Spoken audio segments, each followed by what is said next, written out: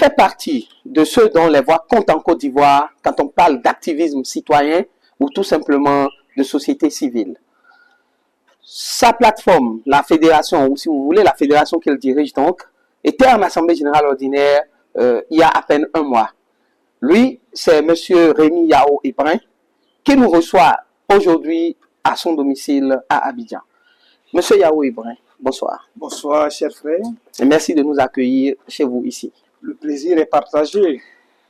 Alors, nous allons lever quelques points d'ombre de l'actualité de la Côte d'Ivoire, de l'actualité de votre plateforme, grâce donc à votre présence ici. Alors, dites-moi, la PECCI, c'est bien ça? PECCI. PECCI, voilà. PECCI, autant pour moi, dont vous présidez justement le conseil d'administration. Pouvez nous parler un peu de cette plateforme? Merci. La plateforme PECCI que je préside est composée de 37 organisations, associations, ONG et mouvements de la société civile ivoirienne. Conformément à la nouvelle loi qui a vu le jour en 2024, nous pouvons dire plateforme ou réseau parce que nous regroupons autant d'organisations que de mouvements. Ça a été créé le 1er juin 2019 et je tiens à vous le dire, nous essayons d'apporter nos contributions pour la préservation de la cohésion nationale, aussi contribuer à faire en sorte que nous puissions préserver notre jeune démocratie. Alors, c'est parfait. À l'orée de cette nouvelle année, le président Alassane Ouattara a adressé ses vœux à la nation. Vous avez certainement suivi son discours. Bien entendu. Alors, dites-nous, quelle analyse avez-vous fait de cette adresse à la nation? Merci pour l'opportunité que vous me donnez afin que je puisse me prononcer, disons, analyser le discours du président Alassane Ouattara, président de la République de Côte d'Ivoire. Vous savez, en tant qu'organisation de la société civile ivoirienne, notre rôle est d'apporter notre contribution pour l'amélioration des conditions de vie de nos populations ivoiriennes. Absolument. Donc, à l'orée d'une nouvelle année, nous attendons beaucoup du président de la République. Surtout que 2025 est une année électorale.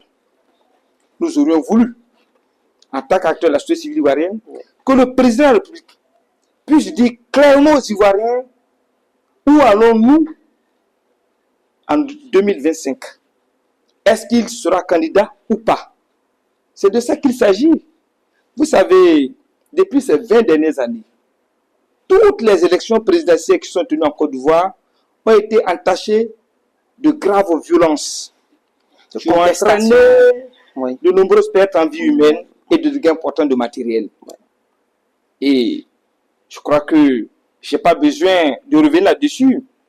En 2010, il y a eu plus de 3000 morts. En 2020, encore plus de 200-300 jeunes sont tombés pour la préservation de la démocratie. Et au cours de l'année 2020, les présidentielles de 2020, vous savez que le président Alassane Ouattara a eu à prendre des engagements fermes devant toute la nation. Il a déclaré qu'il fallait laisser la place à la nouvelle génération et qu'il ne serait pas candidat. Oui. Mais après, on a vu, il y a eu le décès de celui qu'il avait adoubé quand même, qui devait représenter le RDR, l'ancien Premier ministre. Et après, bon, il a été obligé de se représenter. Oui, mais pour nous, en tant qu'acteurs de la société civile, cela ne se justifie pas. Vous savez, le président Alassane Ouattara venait de faire 10 ans au pouvoir. 10 ans, il a eu le temps de former beaucoup de cadres. Il ne pouvait pas mettre tous l'espoir sur un seul cadre de son parti. Donc, prendre des engagements devant toute la nation et après venir se dédier, être soi-même candidat, ça a été un coup dur pour la société civile que nous représentons. Nous sommes des défenseurs des droits de l'homme. Nous sommes là pour que la vérité elle soit écrite dans l'histoire. Et malheureusement, le président est revenu sur sa décision et il a été candidat. Donc pour nous, à l'orée de 2025, qui est une année électorale, le président devait pouvoir dire aux Ivoiriens s'il serait candidat ou pas, pour libérer les Ivoiriens. Parce qu'on se dit, écoute, le président a eu à faire 3 mandats. un quatrième mandat. Il a plus de 80 ans. Nous qui sommes jeunes, il nous a fait la promesse en 2020 de nous céder le pouvoir. Nous, au niveau de la société civile ivoirienne, nous sommes prêts. Nous sommes prêts à assumer cette relève.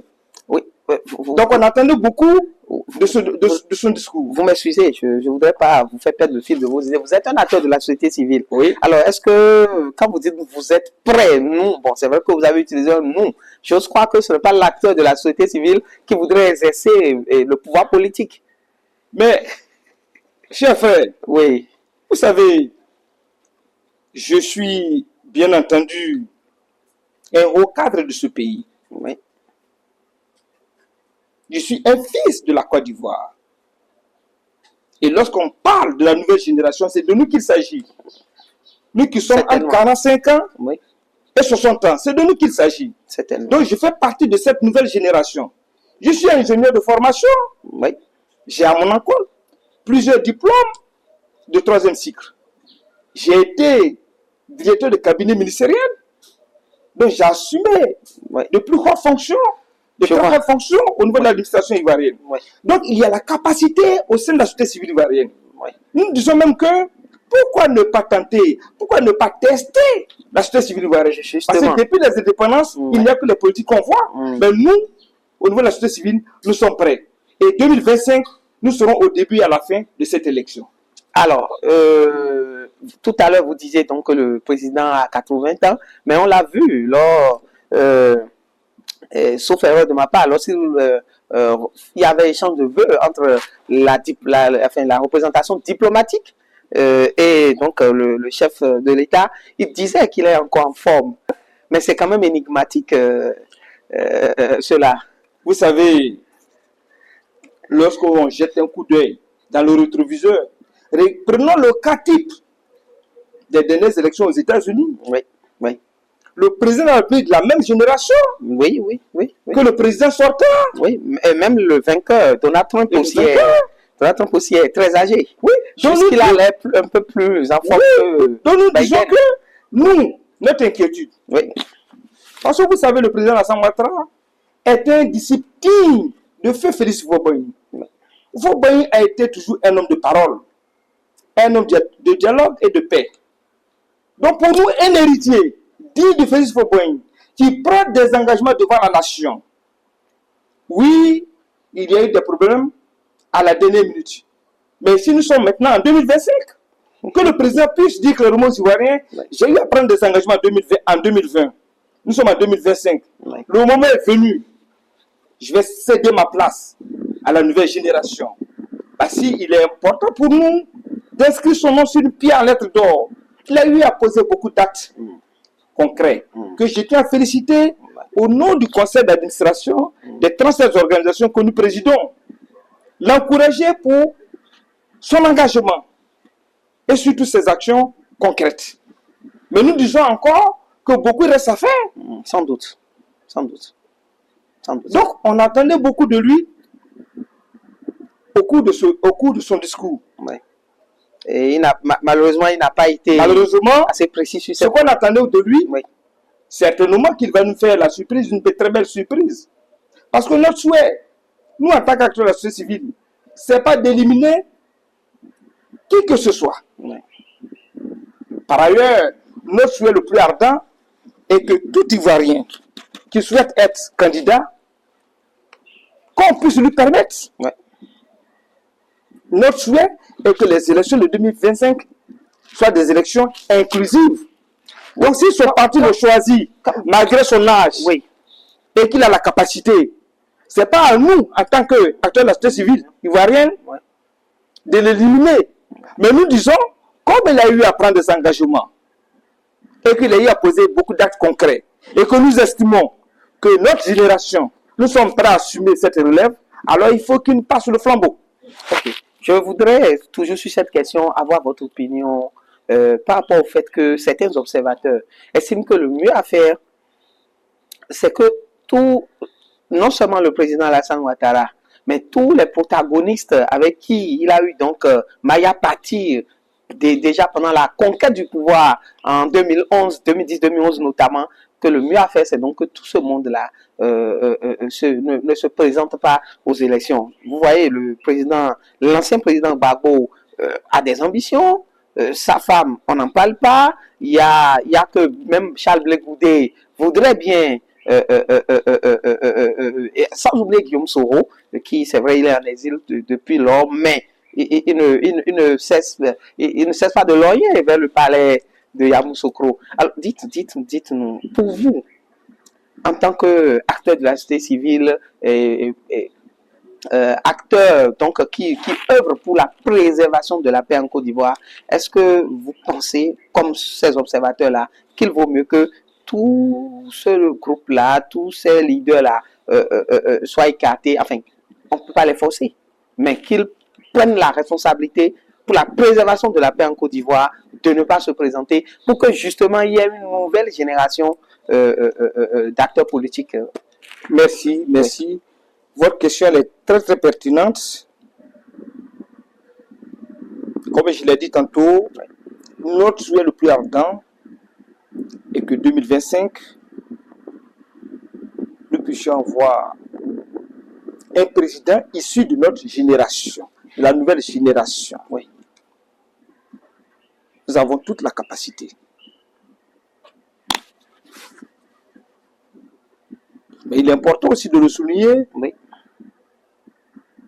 Ces leaders dont vous venez de signer, vous venez de citer, à savoir le président Laurent Gbagbo, l'ex-première dame, Madame Simone Gbagbo.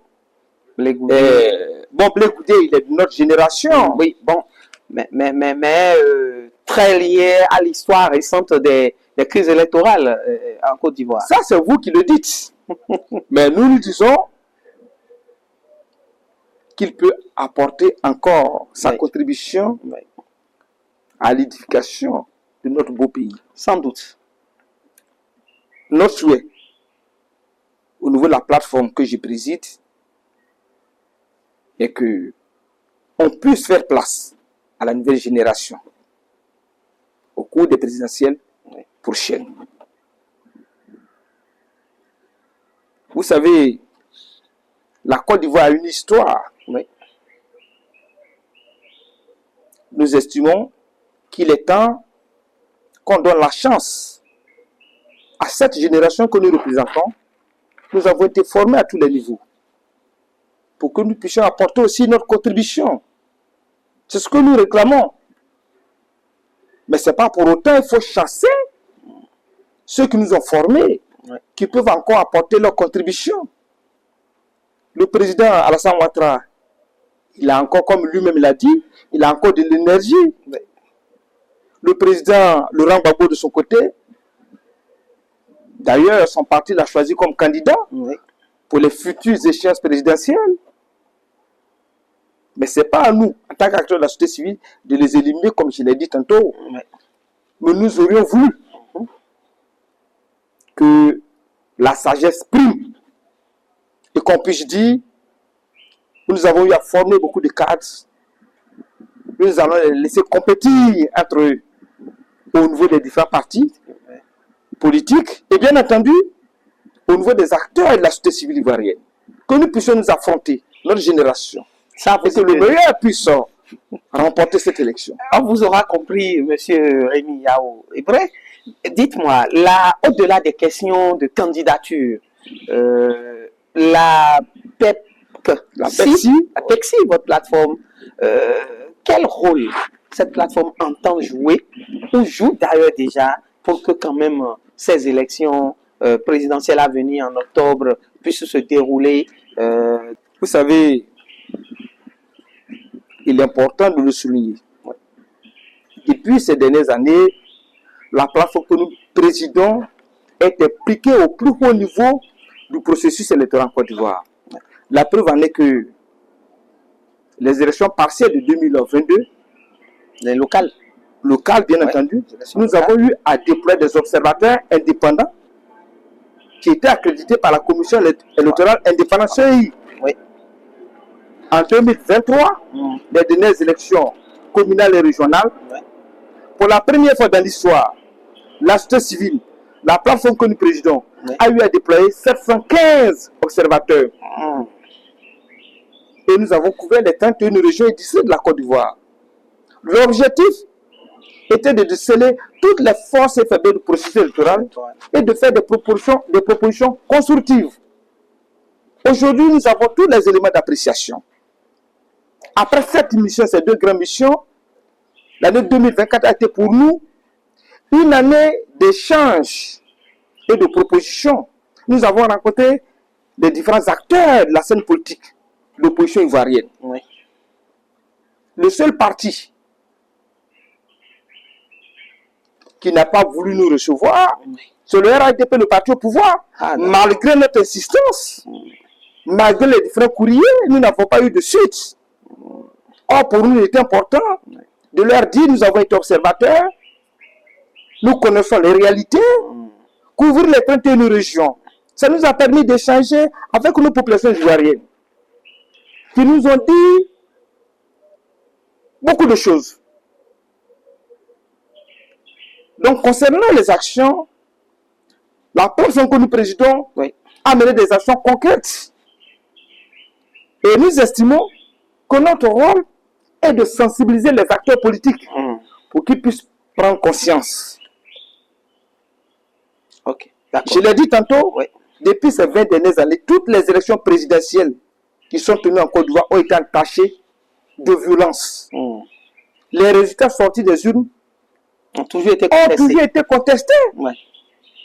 Donc aujourd'hui, il est important que la société civile, nous soyons au devant et que nous puissions sensibiliser les acteurs politiques à donner une chance au dialogue, à s'asseoir autour de la même table. Mais une curiosité, voulez-vous dire que les élections précédentes, surtout les présidentielles, là, il n'y avait pas une société civile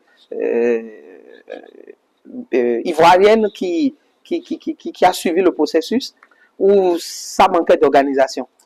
Non! Je l'ai dit tantôt. Vous savez, en 2020, il y a eu le boycott, il y a eu, je ne dirais pas du le boycott, parce que le thème n'est pas approprié. Il y a eu une opposition, une partie de l'opposition ivoirienne contre le pouvoir en place, parce que l'opposition a jugé que les conditions n'étaient pas réunies. Feu Henri Konan Bédié.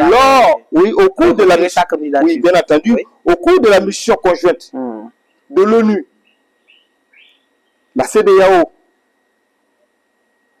Union européenne en Côte d'Ivoire, les 8 grandes organisations qui ont été reçues, notre plateforme en faisait partie. Évidemment. Nous avons été la seule organisation à remettre un mémo à la dite mission, et il était écrit noir sur blanc qu'il fallait donner une chance au dialogue et que les conditions n'étaient pas réunies parce qu'il y avait une opposition et qu'il fallait trouver des compromis et consensus avant d'aller à ces élections pour éviter encore qu'il y ait de morts d'hommes.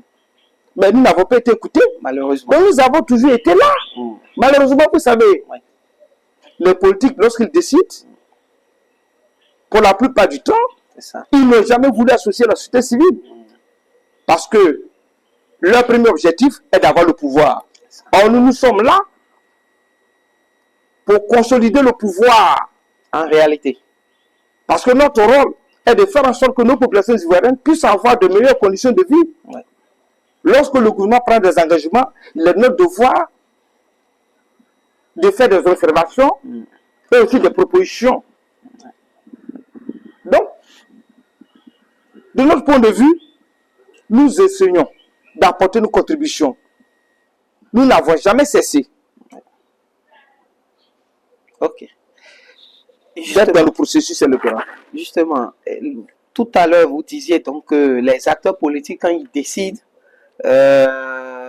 ayant donc pour objectif de conquérir le pouvoir à tout prix, ils n'écoutent pas toujours les autres acteurs, notamment ceux de la société civile. Cependant, nous sommes en pédagogie, vous êtes des pédagogues, puisque vous êtes dans la sensibilisation, vous l'avez dit.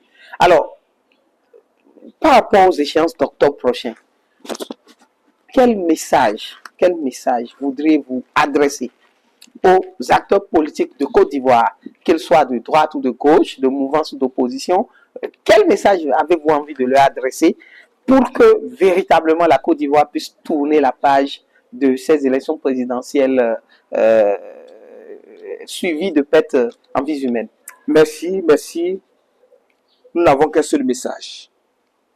Il faut privilégier toujours la voie du dialogue, du compromis et du consensus. C'est ce qui nous a été enseigné par le père fondateur de la Côte d'Ivoire moderne, Feu Félix Houphouët-Boigny. Vous voyez aujourd'hui, la situation est tendue entre les partis politiques de l'opposition et la commission électorale indépendante, dont son président vient de faire une sortie fracassante. Nous, notre rôle est de les sensibiliser, leur faire comprendre qu'il y a déjà eu trop de morts en Côte d'Ivoire. À chaque élection en Côte d'Ivoire, il y a des morts. Nous disons que trop, c'est trop.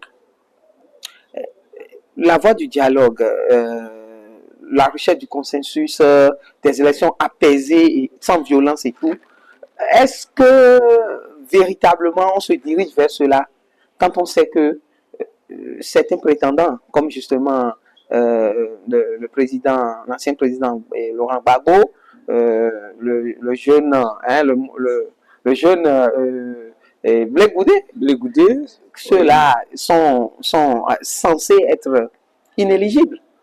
Ils sont censés avoir été condamnés. En tout cas ici, en Côte d'Ivoire, même si du côté de la CPI, ils ont été finalement acquittés. Alors, ils se positionnent pour briguer la magistrature suprême, mais est-ce que déjà quand leur candidature sera rejetée, probablement au niveau de la Cour constitutionnelle, est-ce que ça ne va pas repartir encore dans tous les sens? Mais c'est tout ça qui nous fait peur. Vous savez, nous venons de tenir notre 4e Assemblée générale ordinaire en décembre dernier, le 21 décembre 2024, et nous avons eu à adresser une motion spéciale à l'endroit du gouvernement et des partis politiques. Il faut ouvrir immédiatement un dialogue politique. Et pourquoi pas aussi à l'endroit des institutions de la République que sont justement la Cour constitutionnelle et pourquoi pas la CEI aussi? Non, vous savez, toutes ces institutions que vous citez, mais les présidents sont nommés par qui? Par le président de la République. Oui. Donc pour nous, il n'y a que le dialogue politique inclusif qui va rassembler tous les partis politiques sans exception et la société civile pour que nous puissions poser les réels problèmes qui minent le processus électoral en Côte d'Ivoire.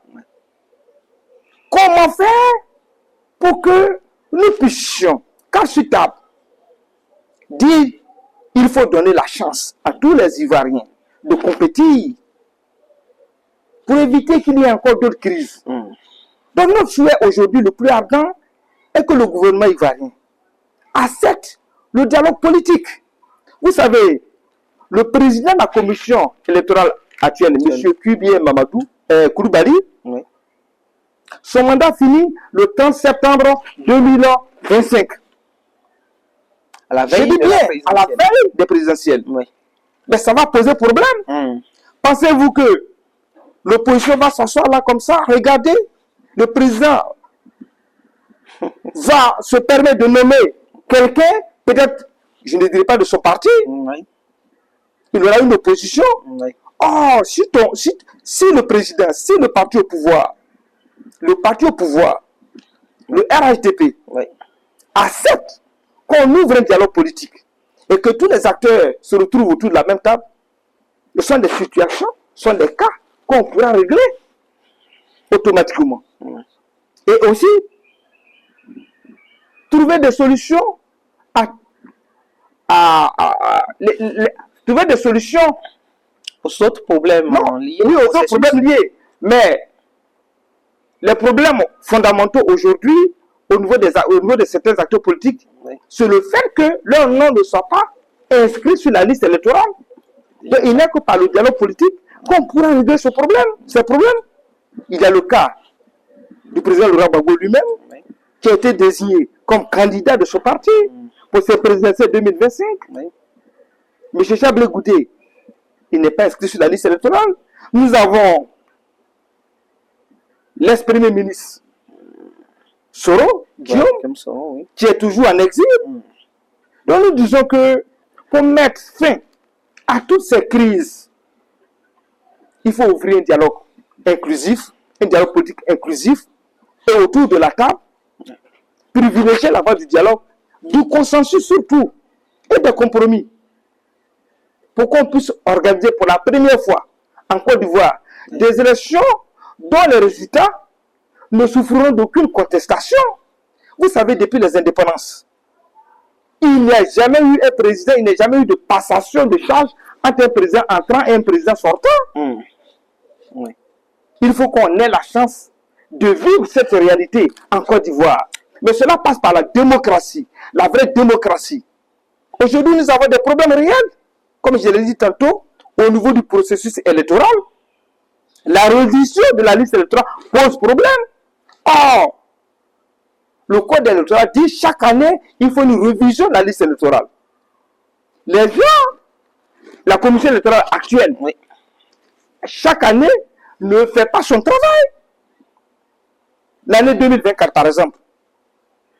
Il n'y a pas eu la révision de la liste. Non, il y a eu la révision de la liste en 2024. Oui. Mais le temps qui a été donné pour que les nouveaux majeurs et ceux qui n'ont pas pu s'inscrire puissent le faire, le délai était très court. Or, vous savez, dans nos administrations, pour avoir un papier administratif, on peut passer 2 à 3 semaines. Et on accorde 3 semaines pour la révision de la liste électorale. Cela n'était pas possible. Nous sommes en 2025, Oui. conformément au code électoral. Nous sommes en début d'année. C'est de lancer cette opération et permettre à ceux qui ont pu obtenir leurs documents en fin d'année 2024, qui n'ont pas pu s'inscrire, de le faire. C'est ça la démocratie aussi. Il faut permettre à ce que la majorité s'exprime. Nous avons notre ancienne liste électorale, Oui. qui enregistrait plus de 8 millions inscrits. Oui. Mais vous savez, ceux qui ont décidé au cours des dernières élections présidentielles, Oui. c'était entre 2 et 3 millions de personnes de votants, de suffrages exprimés seulement. Même pas la moitié. Ouais. C'est-à-dire que c'est une minorité qui décide à la place de la majorité. C'est pourquoi nous disons aujourd'hui, il faut permettre aux jeunes de s'inscrire massivement. La population ivoirienne est jeune. Nous avons une population ivoirienne dont plus de 70%. L'âge varie entre 18 et 35 ans. Mais il faut donner la chance, conformément à la Constitution ivoirienne, à la jeunesse de prendre part active et de choisir leur futur président. C'est ce combat que nous voulons mener. Donc aujourd'hui et plus que jamais, nous demandons au président de la République, lui qui est le chef suprême, qui est le papa de la nation, de donner une chance à sa jeunesse de prendre une part active et de faire et que chacun de nous puisse faire son choix librement. Mais cela passe nécessairement par l'inscription de chaque Ivoirien sur la liste électorale, ceux qui sont en âge de voter. Et c'est vraiment important, ces éléments que nous sommes en train de citer font partie des problèmes clés qui minent le processus électoral en Côte d'Ivoire et que certains refusent de voir la vérité en face. Voici un peu des éléments d'appréciation que nous pouvons apporter au niveau du processus électoral. Quel sera votre mot de fin au terme de cet échange? Merci. Comme je l'ai dit tantôt, nous sommes dans une année électorale. Je parle au nom des 37 organisations, associations, ONG et mouvements de la société civile ivoirienne dénommée PEXI, que je préside. Notre souhait le plus ardent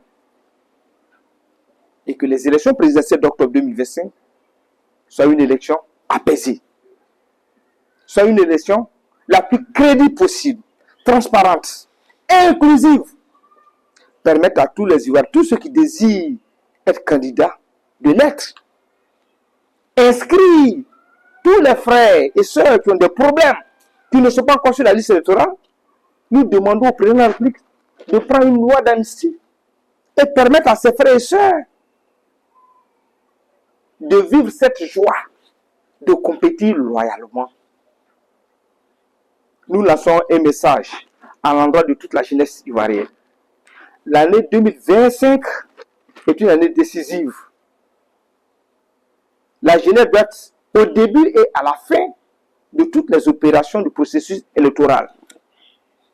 Nous devons refuser les intimidations. Nous devons refuser la violence, d'où qu'elle vienne. Nous devons faire en sorte que les voix qui sortiront des urnes soient protégées et que un candidat malheureux ne puisse pas venir avec la violence se proclamer vainqueur. C'est pourquoi je demande à tous les Ivoiriens de se mobiliser plus que jamais. Pour que pour la première fois, nous évitons la violence au cours de ces élections d'octobre 2025. Mais comme je l'ai dit, cela passe nécessairement par le dialogue politique que nous sollicitons afin que les partis politiques sensibilisent leurs militants et leur disent nous avons trouvé des compromis et consensus pour ces élections, vous n'avez rien à craindre. Pour rassurer nos populations ivoiriennes. J'ai dit de suite que le président de la commission électorale, M. Koulibaly, sa mission finie, son mandat fini, le 30 septembre 2025. Si on doit le reconduire, c'est par un dialogue politique qu'on pourrait trouver de compromis et consensus. Personne ne doit l'imposer aux Ivoiriens, au peuple de Côte d'Ivoire.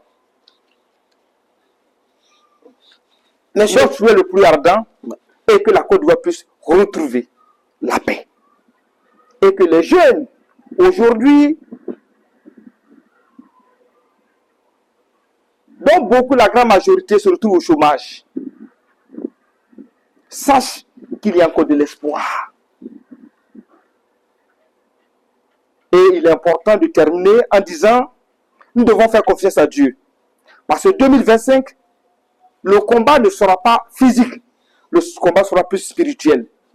Nous devons demander à Dieu d'agir, de toucher les cœurs des responsables politiques, afin qu'ils sachent que la recherche du pouvoir, ce qu'on attend à la fin, lorsqu'on a le pouvoir, c'est de faire en sorte que les Ivoiriens, chaque Ivoirien, puisse, ne reste qu'à voir, récolter les fruits de ce pouvoir-là. Donc, je demande aux Ivoiriens de prier pour toute la Côte d'Ivoire et plus particulièrement pour les acteurs politiques, afin que Dieu Tout-Puissant puisse toucher les cœurs, puisse les orienter et que la sagesse puisse primer. Je vous remercie. Monsieur Rémi Yao Ibrahim, merci. Merci.